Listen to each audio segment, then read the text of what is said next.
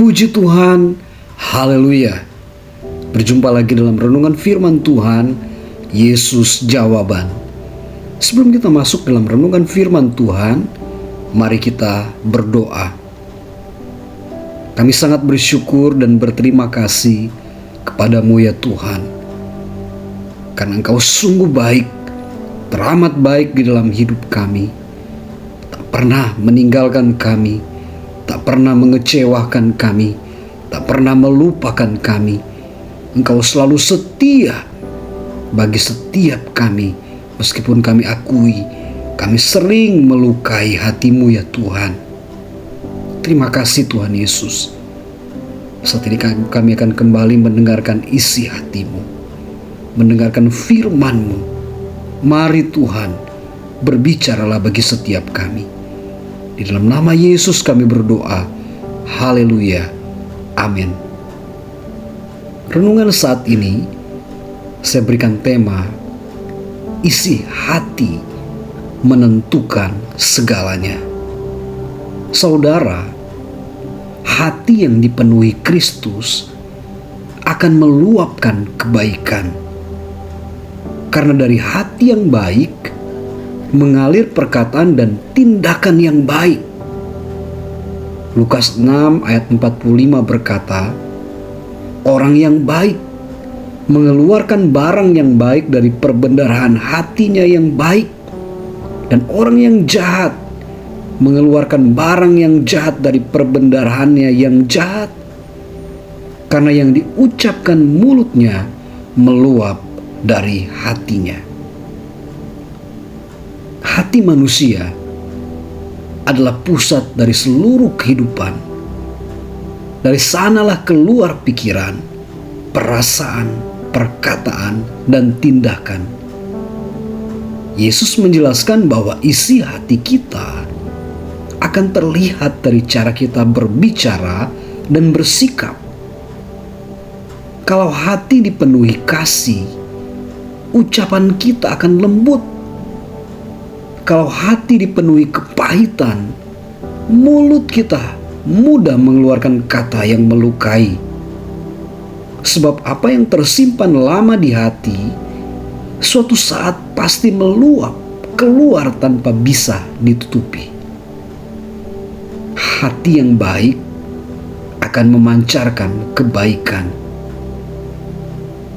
Hati yang baik bukan berarti hati yang tidak pernah terluka, tetapi hati yang tetap memilih kasih di tengah situasi yang tidak nyaman. Bayangkan seseorang yang mendengar perkataan yang terasa tidak enak, mungkin seolah direndahkan atau dianggap tidak punya apa-apa. Namun dia tidak marah, tidak menyimpan dendam. Bahkan keesokan harinya masih menyapa orang itu dengan ramah. Itulah gambaran nyata dari perbendaharaan hati yang baik. Bukan karena ia tidak tahu rasa sakit, tapi karena kasih Tuhan sudah mengisi hatinya lebih dalam daripada luka yang diterima. Amsal 4 ayat 23 berkata, jagalah hatimu dengan segala kewaspadaan, karena dari situlah terpancar kehidupan. Saudara, buah dari hati yang diperbaharui akan terlihat dari setiap ucapan kita. Perkataan adalah cerminan dari jiwa. Mulut kita tidak bisa menyembunyikan apa yang sebenarnya memenuhi hati. Karena itu, bila kita ingin ucapan kita membawa berkat bagi orang lain, maka kita harus membiarkan Tuhan lebih dulu bekerja di dalam hati kita. Ketika hati dibersihkan dari iri, marah, dengki, akan muncul buah-buah yang indah. Kata-kata yang membangun, sikap yang rendah hati, dan kasih yang tetap mengalir bahkan kepada mereka yang tidak memperlakukan kita dengan baik. Roma 12 ayat 21 berkata, janganlah kamu kalah terhadap kejahatan, tetapi kalahkanlah kejahatan dengan kebaikan. Kasih yang mengalir tanpa pamrih. Dunia sering mengajarkan, balaslah sesuai perlakuan orang lain. Tapi Tuhan mengajarkan sebaliknya, jadilah sumber kasih, bukan cerminan dari luka. Orang yang berhati baik tidak menunggu orang lain berbuat baik lebih dulu. Ia menyapa lebih dulu, mengulurkan tangan lebih dulu, dan mengampuni lebih dulu, karena ia tahu kasih sejati bukan reaksi, tapi pilihan hati yang dikuasai oleh Roh Kudus. Dari hati yang diperbarui oleh Tuhan, Lukas 6 ayat 45 mengingatkan kita bahwa ucapan dan sikap adalah cermin hati. Isi hati menentukan arah hidup kita.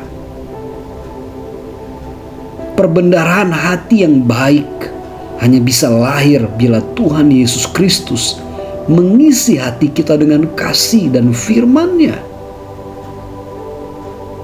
Itu sebabnya saudara, setiap hari mintalah pada Tuhan.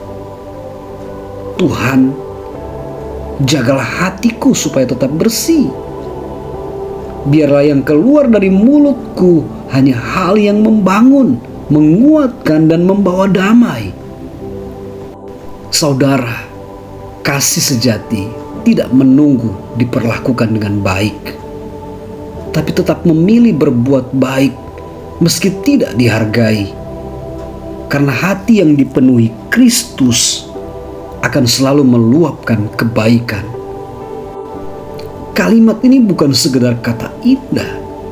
Itu adalah gambaran kehidupan Yesus Kristus dan panggilan bagi setiap orang percaya untuk menjadi cerminan kasih-Nya di dunia.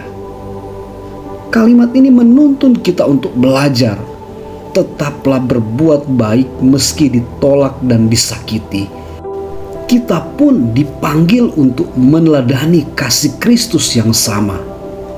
Sebabnya Filipi 2 ayat 5 berkata, hendaklah kamu mempunyai pikiran dan perasaan yang terdapat juga dalam Kristus Yesus.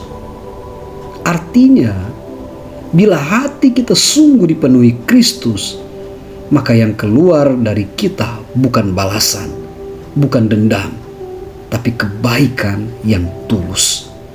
Galatia 2 ayat 20 berkata, namun aku hidup, tetapi bukan lagi aku sendiri yang hidup, melainkan Kristus yang hidup di dalam aku. Ayat ini kuncinya luar biasa saudara. Kita bisa berbuat baik meski disakiti, bukan karena kuatnya hati kita, tapi karena Yesus Kristus yang tinggal di dalam hati kita. Amin firman Tuhan. Puji Tuhan. Haleluya.